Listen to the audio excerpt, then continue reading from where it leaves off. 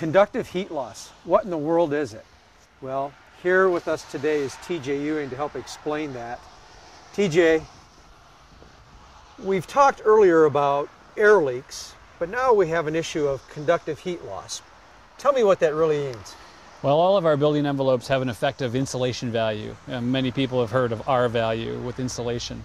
And so whenever we build a house, from foundation all the way up, there's an effective R value of our construction.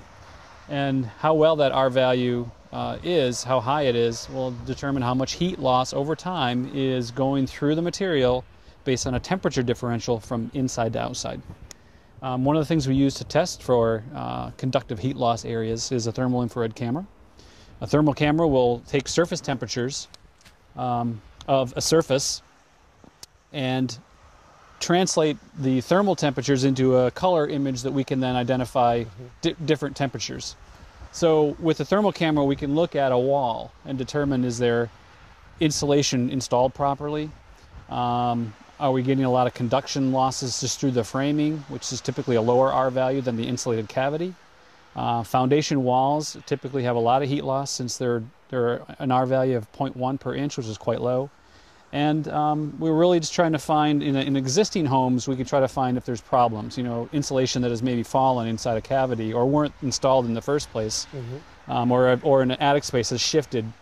And for new homes, we can use it just to diagnose, to make sure that, our heat barrier, we're not finding any heat losses that are going on for some unknown reason. Sure. Now I imagine some of the more severe culprits are windows, penetrations like bath fans and kitchen vents. You're going to experience some heat loss through that as well. New construction versus existing homes. If we're doing this for new construction, and obviously here, we can see we're in a northern climate. There's a great differential in temperature from outside to in, so it's easily picked up. Correct. What do we do in our warm, hot climates?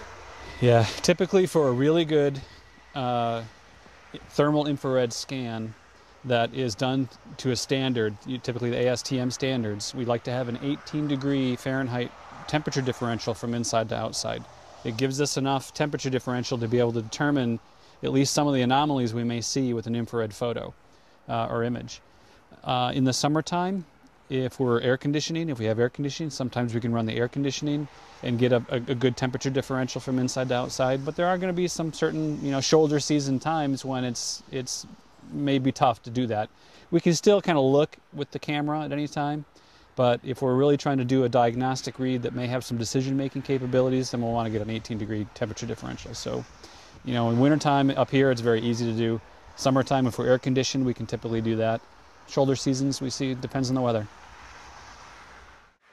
Well, that's a good diagnostic test using the infrared camera to help determine where your thermal heat loss is occurring in the house. I'm Mike with Let's Talk Building.